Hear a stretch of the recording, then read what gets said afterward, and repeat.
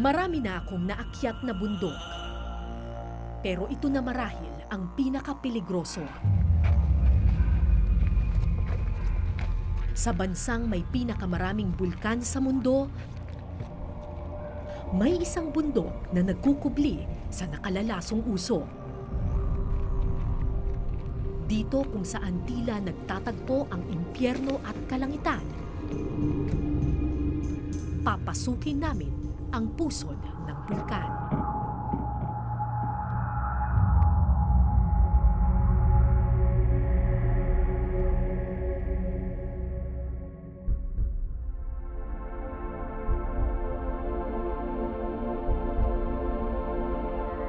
Ang bansang Indonesia ang pinakamalaking archipelago sa mundo. Isa ito sa pinakamayaman pagdating sa iba't ibang uri ng hayop at halaman. Pero lahat ng paraiso may kakambal na peligro. Kabilang ang Indonesia sa Pacific Ring of Fire. Ito ang bansang may pinakamaraming aktibong bulkan sa buong mundo. Pero gaano man kadelikado, maraming pamilyang Indones ang nabubuhay sa biyaya ng bulkan.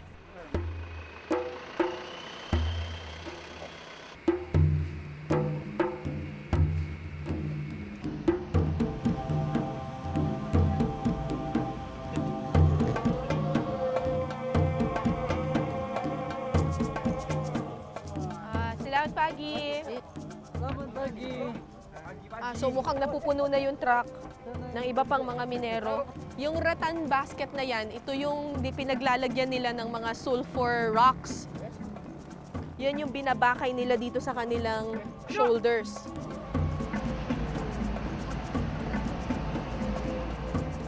Sa araw na ito, sasama ako sa mga minero ng sulfur o asupre. Si Unaini, 65 years old, ang pinakamatanda sa grupo. How long have you been a sulfur miner? 40 tahun. Ya. 45 taon. Kaso kerja satu kali. Hindi biro ang trabaho ng minero. Bakas sa balikat ni Unaini ang 4 na dekadang kalbaryo. Kasi si tatay, mga more than 40 years na siyang nagbubuhat dun sa Cawaigen. At makikita mo, dito nila nilalagay yung rattan basket. Makikita mo rin, may marka na, oh. May lamat na dun sa kanyang likuran kung saan mismo bumabagsak or nakalapat yung yung rattan basket.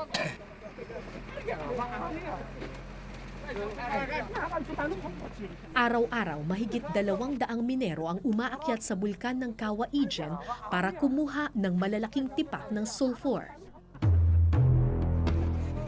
Hello. Selamat pagi.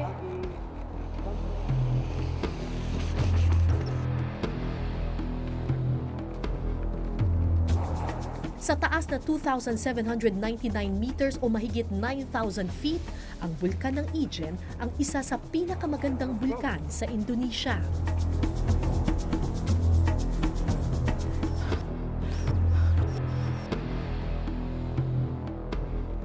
Kung tutuusin, hindi kasing tarik ang daan paakyat ng Cawaigen.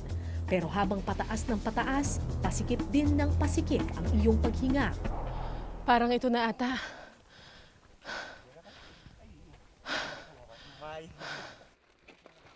At makalipas nga ang ilang minuto, Sa wakas nakarating na rin tayo dun sa bunganga ng bulkan. Makikita mo, iba na yung kulay ng lupa dito. Manilaw-nilaw na siya kakulay ng sulfur. sa bunganga ng bulkan, isang dilaw na disyerto ng usok ang sumalubong sa amin. Animoy tumapak ka sa ibang daigdig.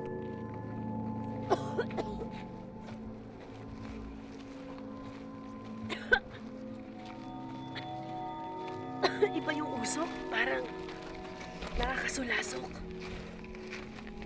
Ano ba to?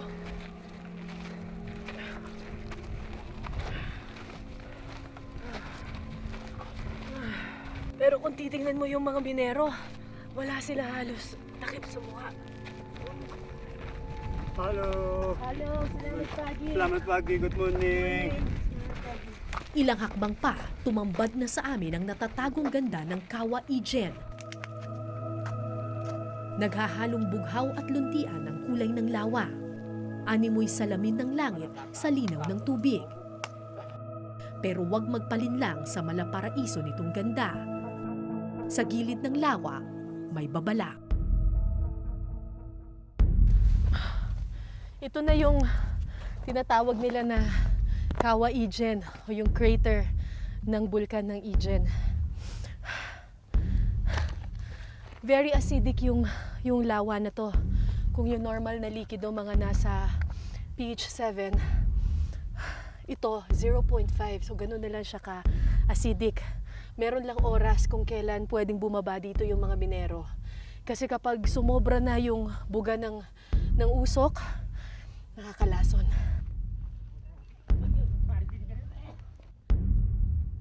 Taong 1796 nang unang pumutok ang bulkang ito. Sa lakas ng pagsabog, gumawa ito ng napakalaking crater lake. Pero dahil nananatiling aktibo ang bulkan, patuloy itong naglalabas ng makapal na sulfur at iba pang nakalalasong usok. Ito ang pakay ng mga minero. Okay? Ha? Okay? Okay? Okay?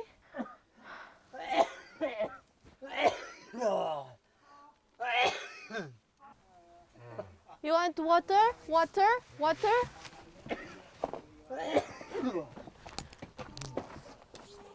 Minum? Minum.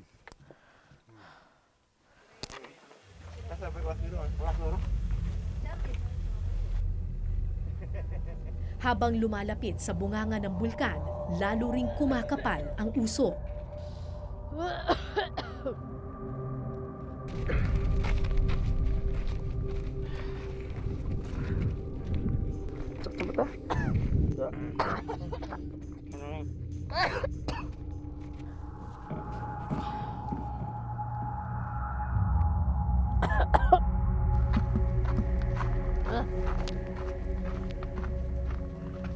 Oh.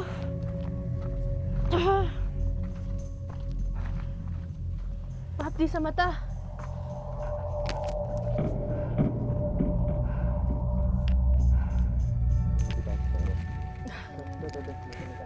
Okay, okay.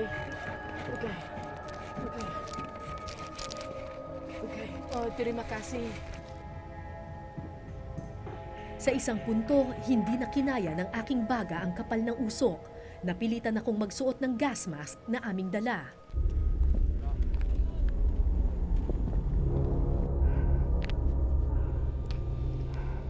Sinubukan kong bumaba gamit ang gas mask, pero hindi sanay ang aking mata sa makapal na salamin nito. Hindi ko nakikita. Ang problema, walang anumang trail pababa ng crater. Isang maling tapak, bangin ang iyong babagsakan.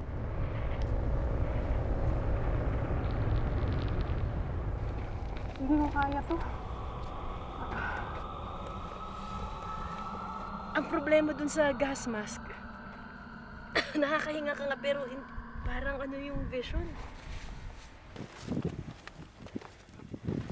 Hindi malinaw eh, parang blurred eh. Tsagain ko na lang dito. Dahil pabago-bago ang galaw ng hangin, patigil-tigil rin ang grupo para maiwasan ang nakakasakal na amoy ng asupre.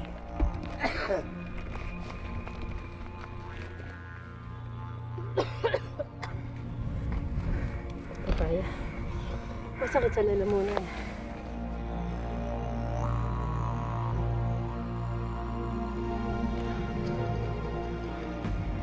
Kaya pa, kaya. At matapos ang ilang minutong pakikipagpatintero sa usok, narating din namin ang bunganga ng bulkan. Oh, wow!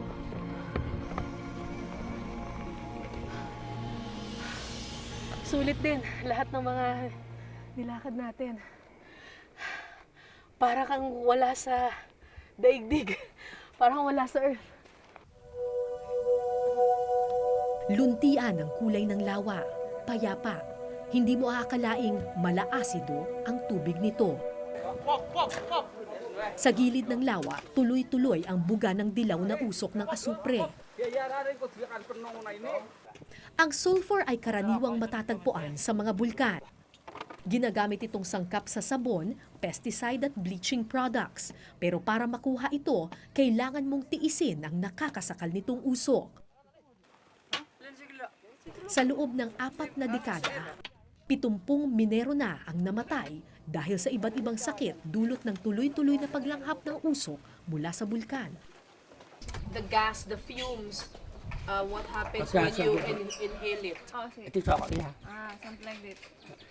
Is it very difficult to breathe and cough a lot? Baru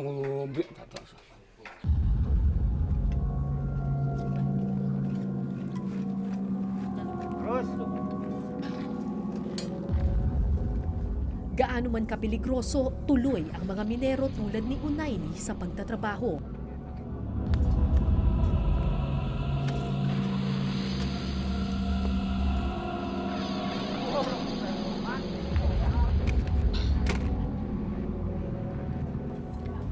Habang tumatagal, pakapal ng pakapal ang usok na gumagapang sa bulkan. Hanggang sa bigla na lamang nabalot ng dilaw na usok ang buong paligid.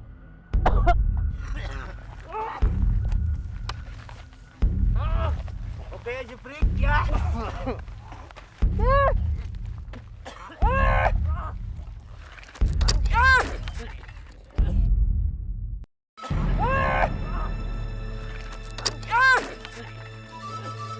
Okay. Okay. Let's go. Okay, let's go. Yeah. Mahigit 2 minutong nagtagalang nakakasakal na usok. Let's go.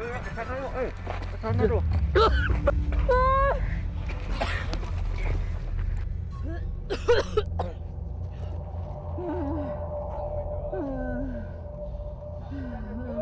May oras lang itong lugar na ito. Kailangan by 2 o'clock, umaalis na lahat ng tao dito kasi dumadami na yung usok. Anong oras na ba? 12:21 pa lang. Wait.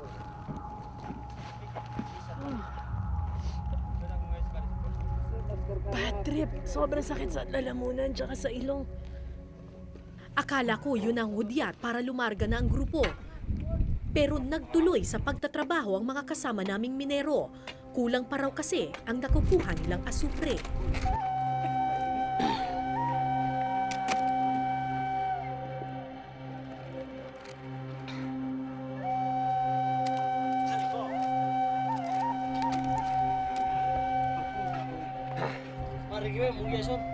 Natural na lumalabas mula sa mga butas ng bulkan ang sulfur.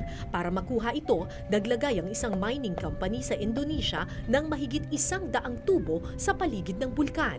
Kapag pumasok ang usok sa tubo, magpapawis ito at magiging malapot na likido.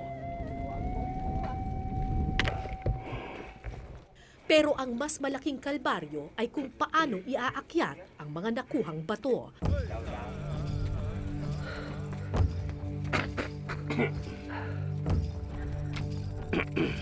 Bawat isang minero kayang magbuhat ng 30 to 80 kilos ng sulfur sa kanilang likuran, depende sa kanilang lakas.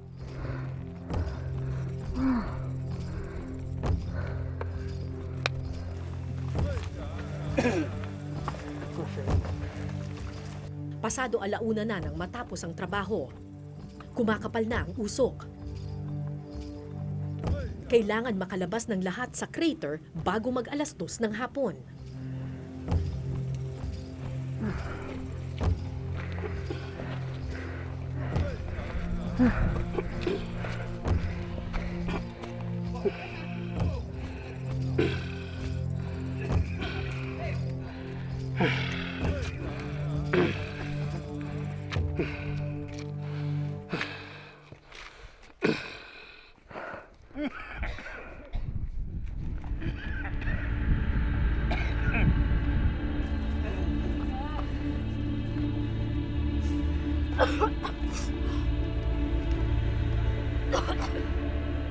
Gusto ko mang tumigil at magpahinga, hindi pwedeng magtagal.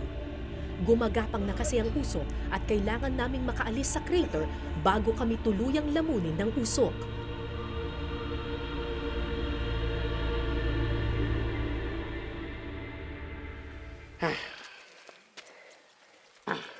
Liban sa kanyang damit, walang anumang panglaban sa usok si Unayni. Sa edad na 65, hirap na ang matanda. Until when are you going to become a sulfur miner? Siya, nga po siya kinatuwa mga anet eh. Makipernah ko repat. Iya makirepa ko ikunyak pala ako, standing po yan, ulong. Iya marinig, magkandis, kaya rin mo ron. Digi ko. Hindi ko alam kung saan sila humuhugot ng lakas. Pero sa mga taong naghahabol ng kabuhayan, walang pagod na katawan o matarik na daan. Pero may hangganan ang lahat ng kalbaryo. At makalipas nga ang isang oras, Thank you, Lord. Okay na. Okay na.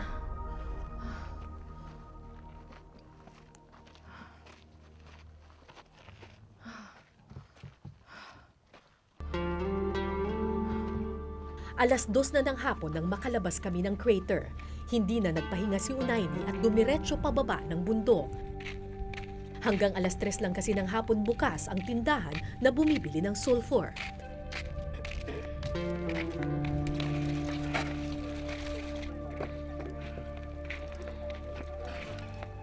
Nakahinga ako ng maluwag nang marating namin ang paanan ng bundok. Timbang.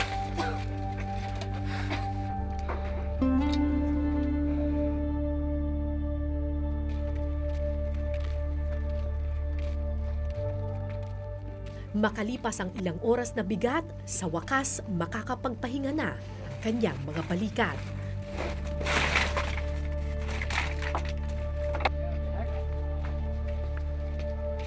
Matyaga kaming naghintay sa biyayang kapalit ng ilang oras na kalbaryo.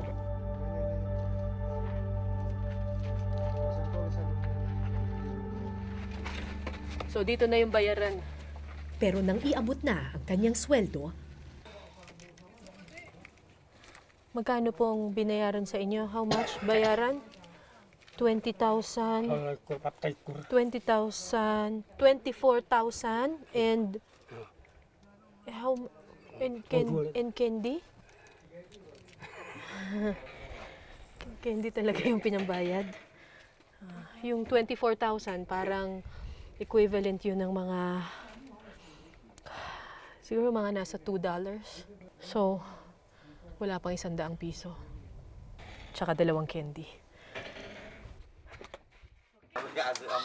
sa loob ng 4 na dekada, ang kakarampot na kita sa pagbubuhat ng asupre ang ginamit ni Unayni para buhayin ang kanyang asawa at 5 anak.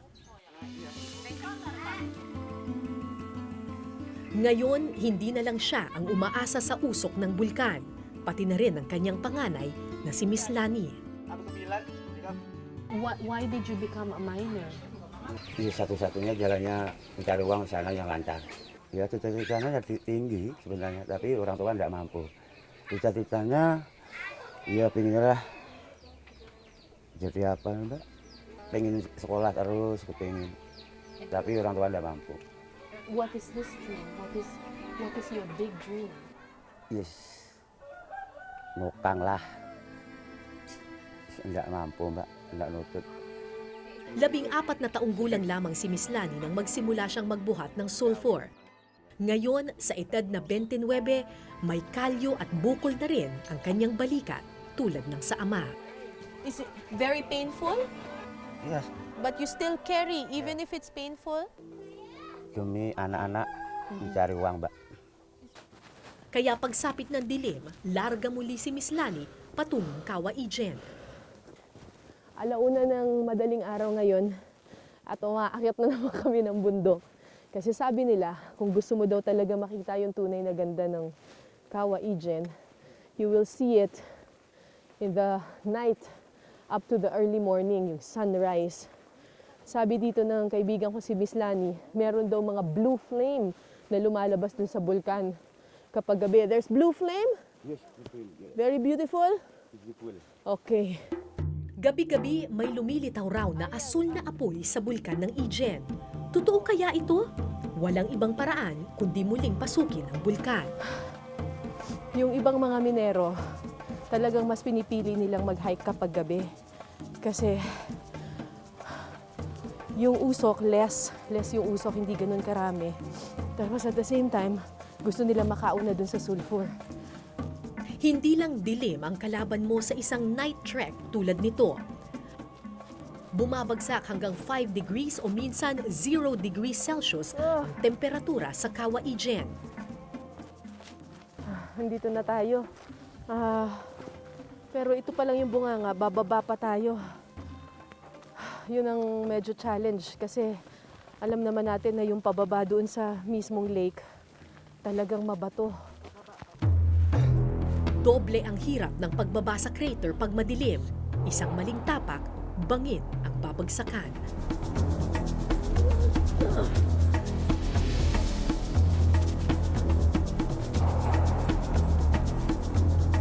Oh.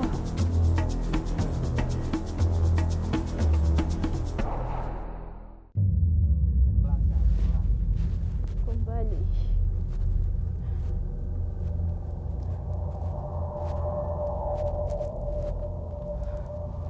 Oh.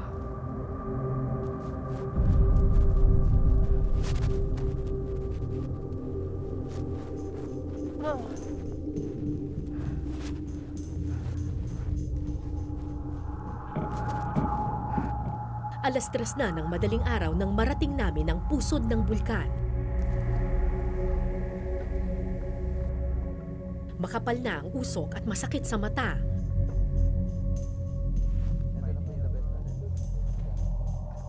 Pero nang makalapit kami, isang kakaibang usok ang tumambad sa amin.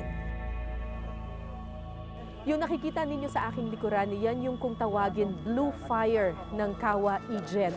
Ang sulfur gas kasi kapag nag-react siya sa oxygen, nagkakaroon ng combustion at lumilikha ito ng isang matingkad at napakagandang asul na kulay.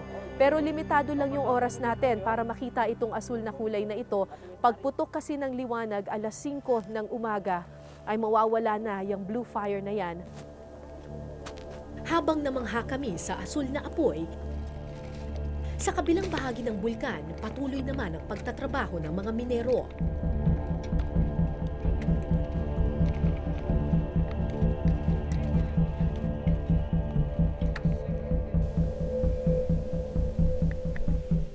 Aminado si Miss Lani na delikado ang kanilang trabaho. Pero gagawin niya ang lahat, huwag lang masadlak sa parehong kapalaran ang kanyang mga anak. Yes, mungkinlah anak-anak tahun depan bisa saya didik cita-citanya saya ke anak saya ingin jadi apa, dokter, polisi lah. You want them to be a doctor or Iya, a policeman? iya polisi ya. Not minor. No, No. ini sulfur no good. Not sulfur. Yeah. Not good. This gas no good guys. Why? You can die? What happens with when you inhale the gas? Bisa meninggal, langsung mati, langsung aid. Bukan sakit lagi, takut mati. Iya itu. Kebantut yang uang, Mbak. Lumipas ang isang oras, lalo pang kumapal ang usok.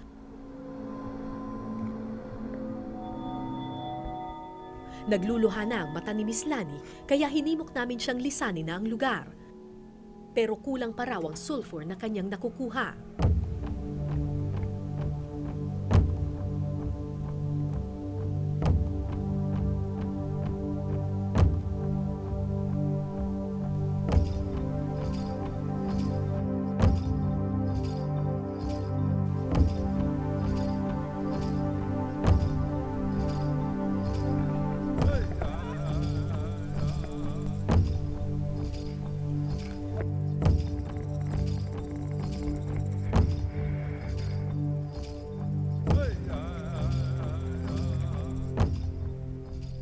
mahirap pababa ng crater, lalong mahirap ang palabas nito.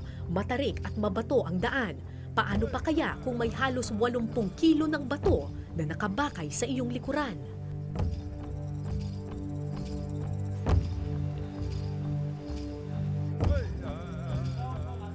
Mahina man ang paa, mahina man ang baga, nung mga oras na iyon, tanging lakas na lang ng panaginip ang pinairal ni Miss Lani. What is your dream right now? Cita-citanya sing ono sembawai. Cita-citanya ya iku. Wis dadi penambang iku sembah. Insya Allah ada cita-cita.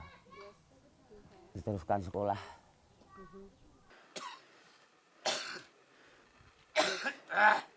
Pagod na sa buhay minero si Miss Lani, pero haharapin niya ang kahit anong usok ng bulkan, maialis lang sa parehong kapalaran ang kanyang mga anak.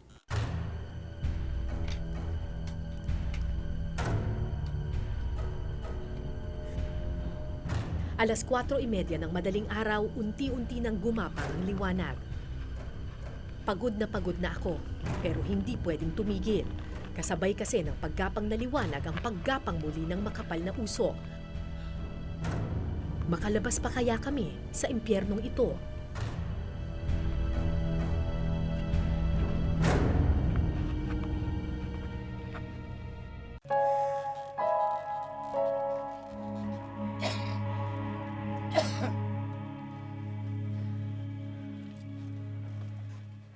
Mag-aalas 5 na ng umaga nang marating namin ang tuktok ng bundok.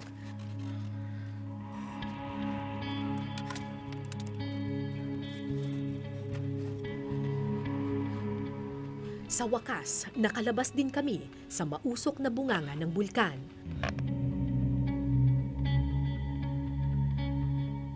Sa tuktok ng Cawaigen, sa dulo ng impyerno, may biyaya ang kalangitan.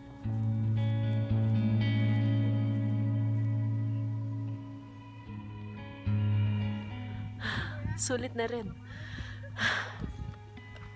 Thank you, Lord.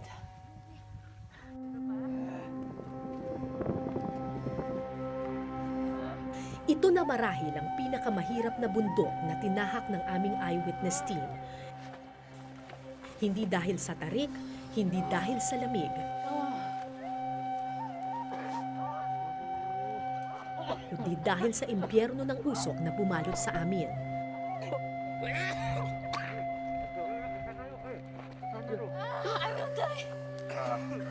Oke, water guys.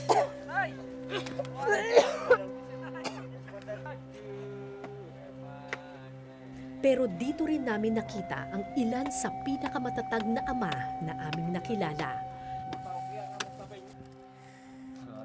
Mga minerong handang magpasan ng mundo alang-alang sa kanilang mga anak. Yes.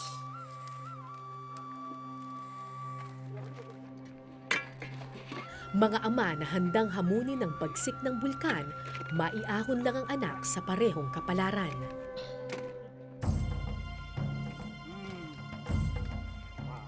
Sa mga lugar kung saan tila nagtatagpo ang langit at impyerno, lakas ng loob at tibay ng panaginip ang kanilang sandata sa marahas na mundo.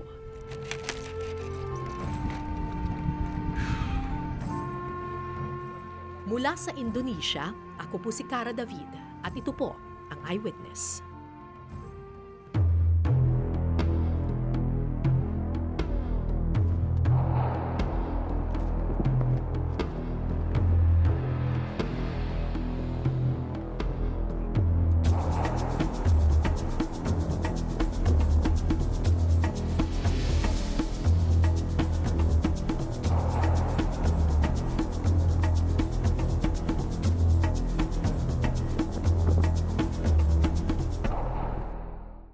Maraming salamat sa pagtutok ninyo sa Eyewitness, mga kapuso. Anong masasabi ninyo sa dokumentaryong ito? I-comment nyo na yan. Tapos mag-subscribe na rin kayo sa GMA Public Affairs YouTube channel.